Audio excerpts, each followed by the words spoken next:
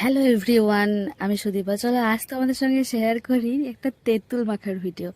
এই ভিডিওটা প্রায় 2-3 বছর আগের।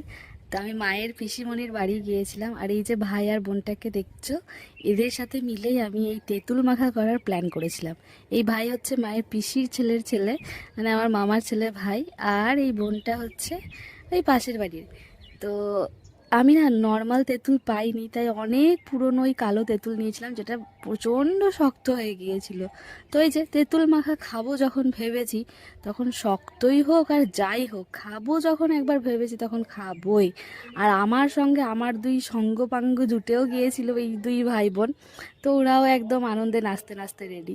তো এই শুকনো তেঁতুলটাতে একটু চিনি, একটু লবণ, লঙ্কা গুঁড়ো, আর হচ্ছে গিয়ে ধনেপাতা, আর ওই লেবু পাতা দিয়ে মেখেছিলাম। আর এতটাই শক্ত ছিল তাই একটু জলও দিয়ে দিয়েছিলাম।